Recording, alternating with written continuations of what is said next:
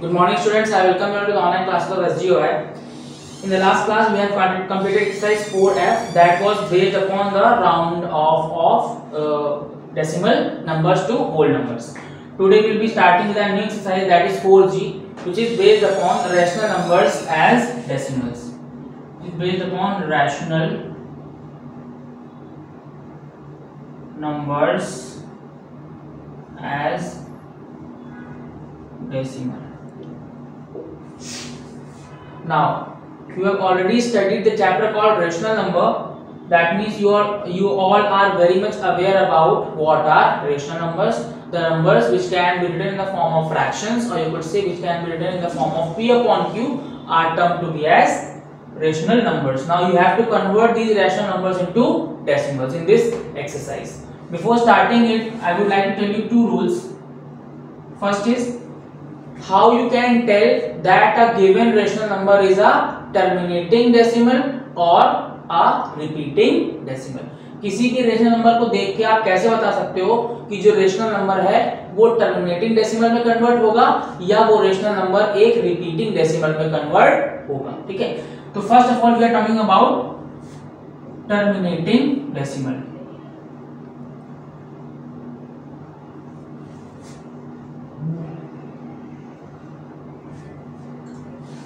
Terminating decimal आप जानते हो कि ऐसे फ्रैक्शंस या ऐसे रेशनल नंबर्स जिनको डिवाइड करने पे अगर डेसिमल के बाद ऐसी कुछ वैल्यूज क्वेश्चन आए कि रिमाइंडर अल्टीमेटली जीरो मिल जाए, वो जो डेसिमल्स होते हैं वो टर्मिनेटिंग डेसिमल होते हैं. तो कैसे पहचानें कि जो फ्रैक्शन है वो टर्मिनेटिंग डेसिमल है कि नहीं है?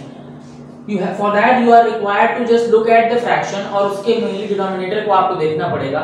उसके डिनोमिनेटर्स के आपको फैक्टर करने पड़ेंगे. अगर डिनोमिनेटर के फैक्टर्स करते समय, उस प्राइम फैक्टर्स करते समय उसमें जो फैक्टर्स आए वो 2 और 5 ही केवल आए, तब आप बोल सकते हो कि जो रेशनल नंबर है वो एक टर्मिनेटिंग डेसिमल है. कैसे? Let's take an example. Suppose I am taking 15/8. ठीक है, 15/8 is a rational number. Now we will be looking to 8 के हम क्या करेंगे? फैक्टर्स करेंगे. और जब हम 8 के फैक्टर्स करेंगे तो हमें मिलेगा 2 into 2 into 2, या इसी को आप बोल सकते हो 2 की पावर 3. तो you can clearly see the denominator of this rational number that is 8 contains only one prime factor that is 2. यहाँ पे सिर्फ प्राइम फैक्टर कौन मिल रहा है? 2 मिल रहा है. From this we can say that this complete rational number is a terminating decimal.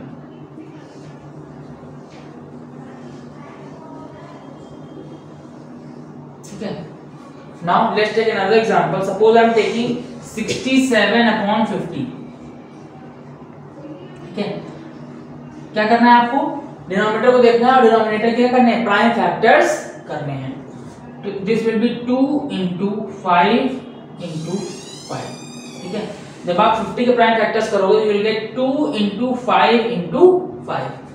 You can clearly सी कि इसके प्राइम फैक्टर्स करने पे सिर्फ कौन कौन से फैक्टर्स आ रहे हैं? 2 आ रहा है और 5 आ रहा है. हेंस ये भी जो एक रेशनल नंबर है वो भी एक टर्मिनेटिंग डेसिमल बनाएगा.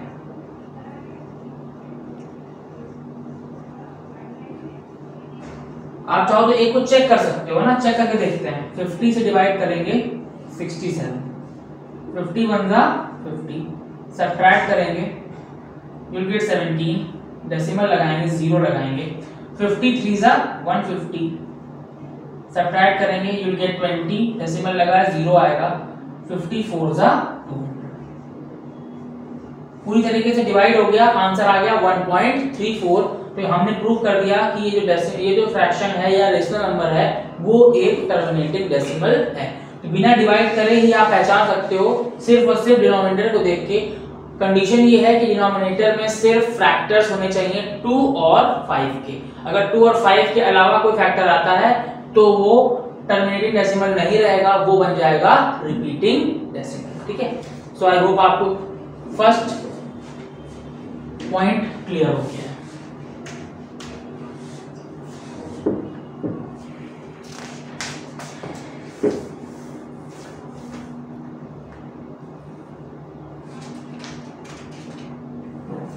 Now second point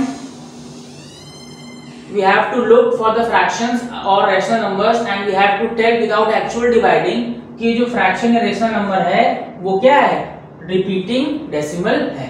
For example हम एक इसमें लेंगे example like we are taking 11/35. ठीक है, we have taken a rational number 11/35. फिर से क्या करेंगे, डिनोमिनेटर को देखेंगे और डिनोमिनेटर्स के प्राइम फैक्टर्स करेंगे. डिनोमिनेटर इज 35, इसके प्राइम फैक्टर आप करोगे तो यू विल गेट 5 into 7. इसके प्राइम फैक्टर करने पे you are getting 5 and 7.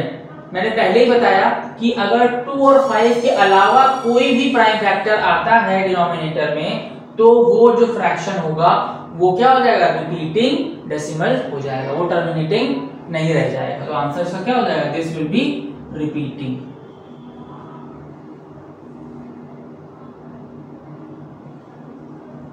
This will be repeating decimal. So there is only one rule which you have to keep in mind, that is you just have to look at the denominator of the rational number. Then second step you will be doing the prime factors of that. If you are getting only 2 and 5 as a prime factor, then you can clearly say that the complete fraction will be terminating decimal, and if you are getting a prime factor other than 2 and 5, then you can say this complete fraction or rational number will be a repeating decimal. ठीक है, so this is the theory related to this exercise 4G. Now let's move to the exercise.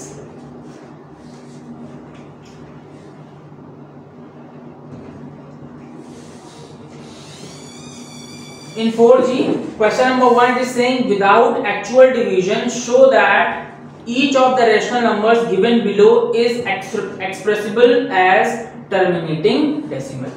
Question number 1 में वही बोला जा रहा है कि without, बिना डिवाइड करे आपको बताना है कि ये जो फ्रैक्शंस हैं या रेशनल नंबर्स हैं ये टर्मिनेटिंग डेसिमल्स हैं.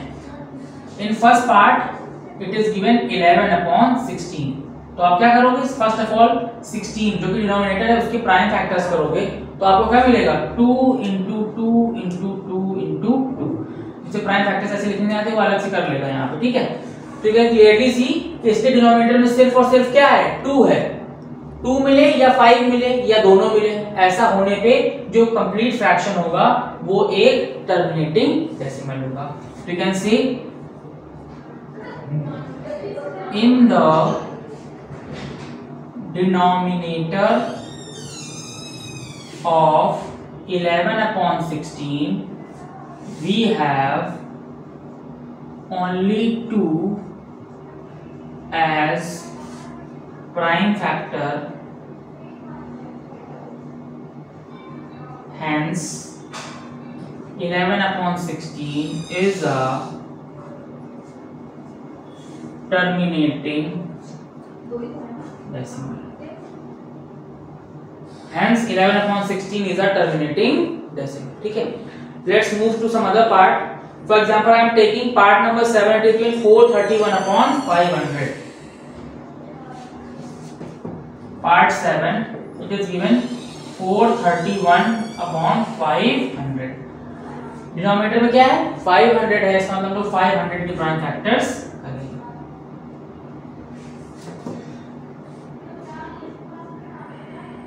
इसके प्राइम फैक्टर्स क्या होंगे, 2 into 2 into 5 into 5 into 5. ठीक है, prime factors of 500 will be 2 into 2 into 5 into 5 into 5. आप इधर प्राइम फैक्टर्स कर लेना अगर जिसको नहीं आते हैं. वैसे कॉपी में आपको अपने आप से करके दिखाना है, मैं सिर्फ यहाँ पे ऐसे लिख दे रहा हूँ. ठीक है, तो आप देख पा रहे हो कि इसके प्राइम फैक्टर्स हमने करे तो हमें क्या मिला, 2 मिला और 5 मिला. Hence we can say that कि in the denominator of 431/500 we have only हटा देंगे, we have 2 and 5 as prime factors, hence 431/500 is a terminating decimal. इतने सारे एग्जांपल्स, इतनी थ्योरी बताने के बाद आई थिंक आपको क्लियरली समझ में आ चुका होगा कि टर्मिनेटिंग डेसिमल्स को पहचानने के लिए आपको क्या स्टेप्स लेंगे, ठीक है। तो by this process you can solve other questions of question number 1. Now let's move to question number 2.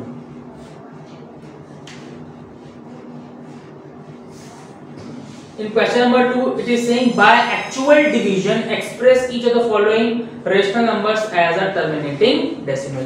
Question number 1 में बोला गया था कि आपको actual division नहीं करना है और बताना है कि ये terminating decimal है. Question number 2 में आपको बोल दिया उसने कि आप division कर सकते हो और फिर बता सकते हो कि ये terminating decimal है. First part लेते हैं. First part में it is given 11/8. Division allow कर दिया गया, इसके हम लोग 8 से divide करेंगे 11 को. तो 8 1 जा 8, subtract will get 3, decimal 0. 8 4 जा 32 minus will get 8 3 जा 24, 8 3 जा 24. subtract करेंगे will get 6. 8 7 जा 56 will get 4. decimal लगा हुआ 0 फिर से लगाएंगे and 8 5 जा 40. तो इसका आंसर कितना आ गया 1.375 और रिमाइंडर आखिरी में क्या बच रहा है, कुछ नहीं, 0. Hence we can say that 11/8 is a terminating decimal. ठीक है, अब आप बोल सकते हो कि 11/8 क्या है, टर्मिनेटिंग डेसिमल है. क्यों? क्योंकि पूरा का पूरा नंबर आराम से डिवाइड हो गया, रिमाइंडर कुछ नहीं बच रहा है. ठीक है, एक पार्ट और बताता हूं, बाकी आप अपने आप से ट्राई करेंगे because this is not a difficult thing. I have told you the concept very well और उसके पहले डिवीजन भी आप कर चुके हो. For example I am taking 7th part, here it is given 1/25. ठीक है, मतलब कि 1 को डिवाइड करना है 25 से. ठीक है, 25 बड़ा है 1 से तो डेसिमल लगाएंगे, डेसिमल लगाएंगे तो एक 0 कैरी करेंगे.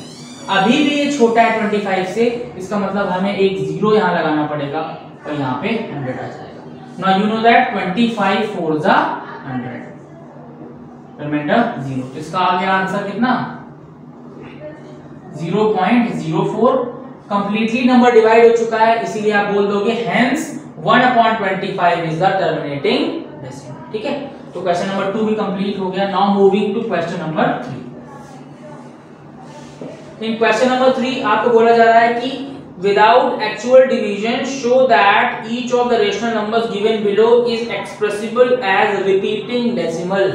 अब क्वेश्चन नंबर 3 में बोला जा रहा है कि आपको एक्चुअली डिवाइड नहीं करना है और बताना है कि जो गिवन रेशनल नंबर है वो एक रिपीटिंग डेसिमल है. इसका मतलब है कि इसके डिनोमिनेटर में 2 और 5 के अलावा भी कोई प्राइम फैक्टर होगा और तभी होगा, जब ऐसा होगा तभी वो क्या होगा, रिपीटिंग डेसिमल होगा. Now let's take first part. It is given 23/24. तो क्या करना पड़ेगा, 24 के फैक्टर्स करने पड़ेंगे. 24 के फैक्टर्स करने के लिए क्या करना पड़ेगा, 2 × 2 × 2 × 3. ये है 24 के फैक्टर्स. आप बार-बार मैं बोल रहा हूं, आप अलग से यहाँ पे फैक्टर्स करेंगे. ठीक है, तो can clearly see in the factors of 24 we are getting 2 as a prime factor and also 3 जो कि 5 नहीं है. मतलब 2 और 5 के अलावा अगर कोई प्राइम फैक्टर मिलता है तो given rational number repeating decimal में कन्वर्ट हो जाता है. तो स्टेटमेंट वही लिखेंगे, we have prime factor other than 2 and 5. 2 और 5 के अलावा एक प्राइम फैक्टर हमें मिला है. Hence 23/24 is a repeating decimal. Is a repeating decimal. I hope you have got the concept. ठीक है, एक पार्ट और बताऊंगा इसका, लास्ट पार्ट. 219/440. 219/440. फैक्टर्स 440 के आप अलग से कर दोगे. ठीक है, 440 के फैक्टर्स क्या होंगे, it will be 2 × 2 × 2 ×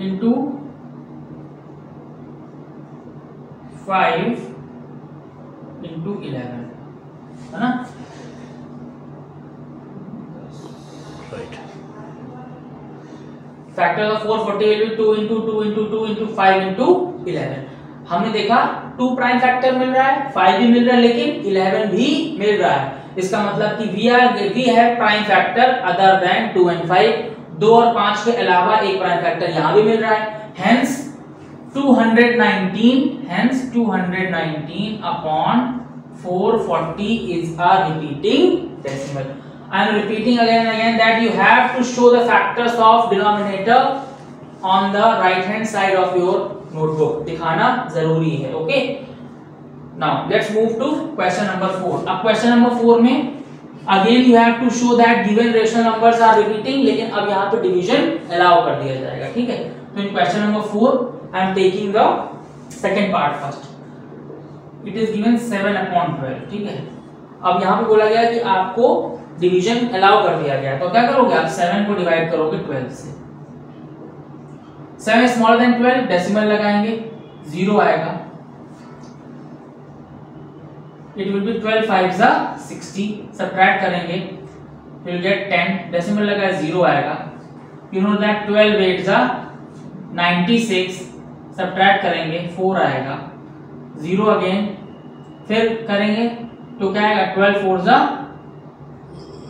12 3 जा 36, राइट? 12 3 जा 36, सब्ट्रैक्ट करेंगे, फिर 4 आएगा, 0 आएगा, फिर 12 3 जा 36, फिर रिमाइंडर 4 आएगा, and this chain will continue to exist till n number of times. 5 8 के बाद 3 3 3 क्या होगा, रिपीट होना शुरू हो जाएगा। तो यू कैन क्लियरली सी कि 7/12 की जो वैल्यू है that is 0.583333 and so on. इसको आप लिख सकते हो 0.58 और 3 के ऊपर बार।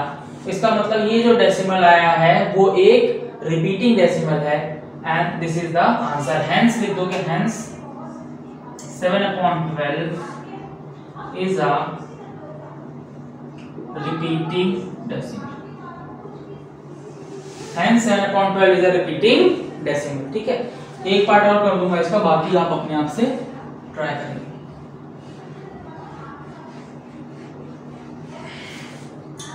Eighth part. It is given 2000 upon 33. That means you have to divide 2000 by 33.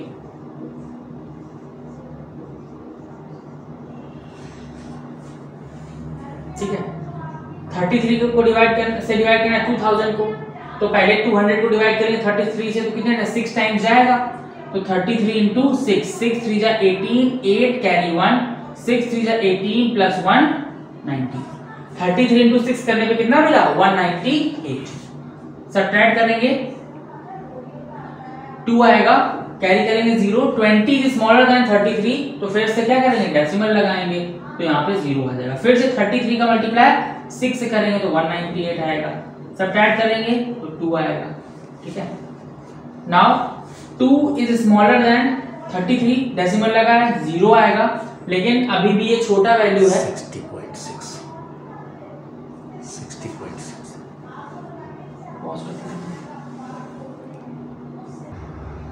Let's see it again. There was slight mistake in that. 2000 को डिवाइड करना 33 से, we know that 6 times will get 198. When we will subtract this, we will get 2 from here. Okay, then यहाँ पे क्या करेंगे 0 करेंगे। Again क्या है कि अभी छोटी वैल्यू है, तो एक 0 लगाने पे यहाँ पे 200 आ जाएगा, ठीक है? तो 33 198 सब्ट्रैक्ट करेंगे 2 मिलेगा, अगेन डेसिमल के वजह से 0 आएगा, लेकिन अभी भी छोटी वैल्यू है, इसका मतलब 0 लगाएंगे, फिर get again 33 into 6 that is 198, subtract करेंगे 2 आएगा। तो from here we can say that ये रिपीट होता जाएगा 60.060606 एंड सो ऑन। तो from here we can say that 2000 upon 33 का जो वैल्यू है दैट इज इक्वल टू 60.060606, और you can say that 60.06 and इसके ऊपर बार। तो from here we can say that hence 2000 upon 33 is a repeating hence we can say that 2000 upon 33 is a repeating decimal. Now let's move to question number 5, which is the last question of this exercise.